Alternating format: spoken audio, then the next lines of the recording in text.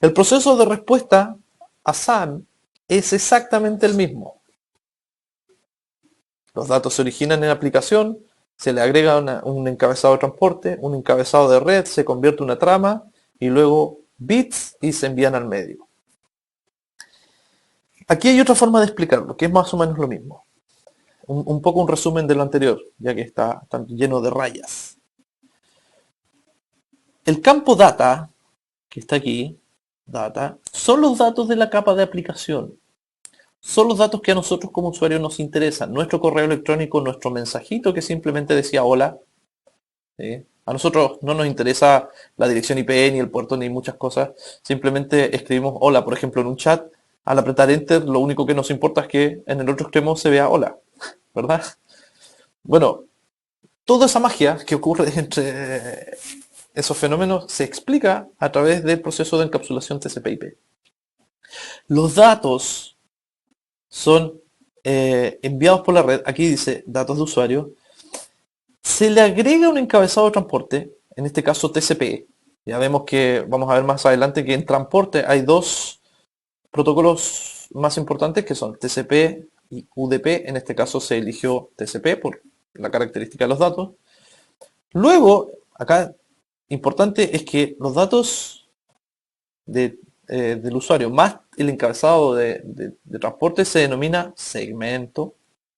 Luego ese segmento se le agrega el encabezado IP o el encabezado de red.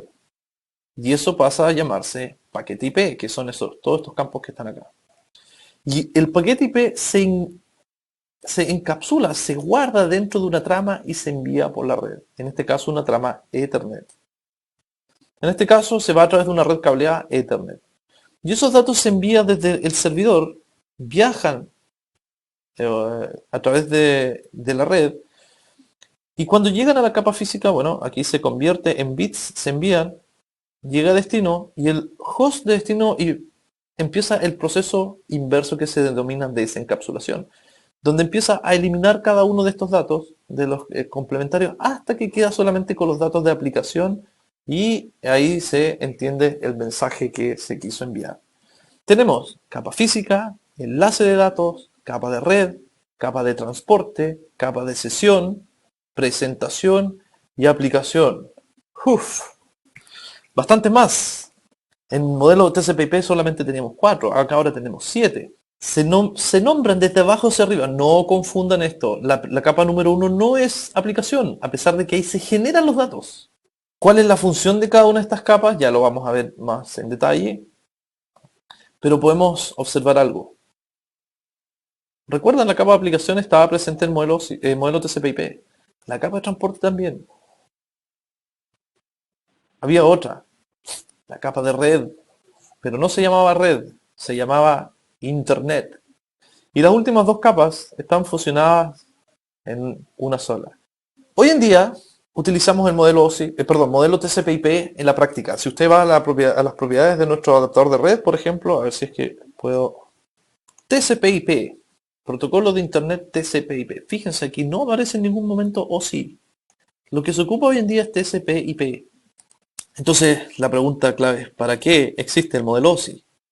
¿Sí? El modelo OSI se conoce como modelo de referencia OSI. Antiguamente se ocupaba para las redes, pero hoy en día tenemos un modelo mucho más eficiente que es TCP/IP. La idea de OSI es que se ocupa para los estudiantes que están aprendiendo redes porque es un proceso mucho más detallado de cómo funcionan las redes. Se explica de mucha mejor forma. TCP/IP es un resumen de OSI. Entonces, fíjense que la capa de aplicación de TCP/IP en realidad involucra a la misma capa de aplicación de OSI, la capa de presentación y la capa de sesión.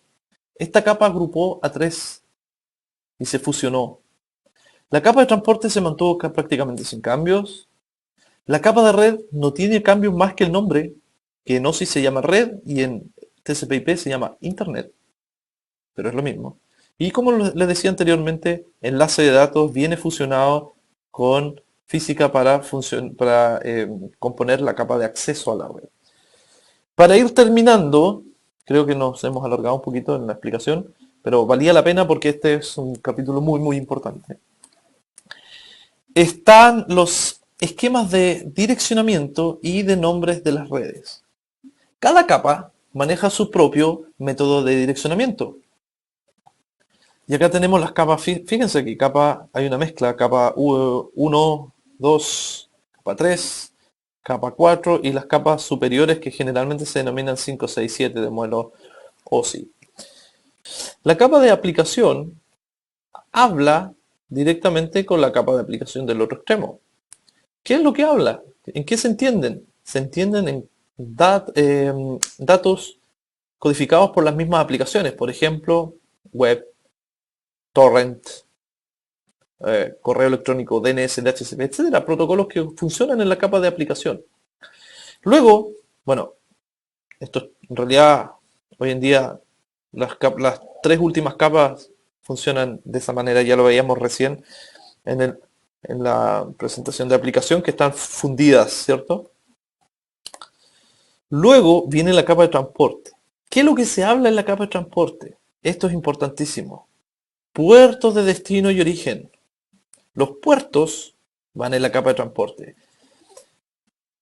Cuando se originan conexiones de tipo HTTP que son originados en la capa de aplicación, la capa de transporte inmediatamente pone un puerto 80 de destino.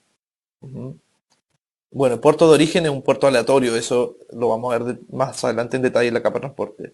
Si la comunicación fuese POP, en este caso de correo, el protocolo, o sea, la capa de transporte en el puerto de destino elegiría un 110.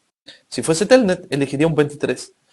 Quizás ustedes se estén preguntando, ¿por qué 23 y no 24? Bueno, eso está determinado por un estándar, está normado y está, bueno, las aplicaciones ya se conocen desde hace muchos años que funcionan en esos puertos. Alguna vez fueron otorgados y se mantuvo ese esquema. ¿Sí? Entonces, la capa de transporte utiliza para hablar entre sí los puertos. La capa de red, que es la capa 3, utiliza, acá hay una diferencia que tenemos que hacer que también es muy importante, anótenla por favor, son las direcciones lógicas de origen y destino. Porque la capa de enlace de datos, que es la que está más abajo, que es la que genera las tramas, responde o se entiende con las direcciones físicas. Y en redes, podemos hablar en esquema Ethernet, una dirección física, quizá ya ustedes están pensando de cuál se tratará. Si la lógica es IP, ¿cuál será la física? Si dijo MAC, correcto.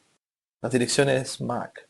Esas son direcciones de capa 2. Y finalmente, la forma de hablar en la capa física es mediante esquemas de temporización y bits de sincronización. La idea es que ustedes vean que cada uno de los dispositivos contiene una dirección IP que permite a los paquetes ir viajando de un router a otro hasta que llegan al destino. ¿Quién toma las decisiones en base a direcciones IP? Son los routers.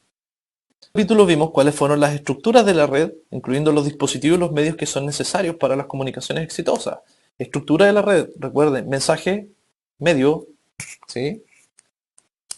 Los dispositivos finales e intermedios, finales que son PC, impresora, cámara IP, etc. Y los intermedios que pueden ser routers, switches y todo tipo de dispositivos de networking. Luego vimos la función de los protocolos en las redes de comunicaciones. Vimos las ventajas de utilizar un modelo en capas para describir la funcionalidad de red. También describimos el rol de cada una de las capas, más bien en detalle general, luego vamos a empezar a ver en detalle esto. A los dos modelos más importantes que son TCP/IP y OSI. Y luego describir la importancia de los esquemas de direccionamiento y comunicación.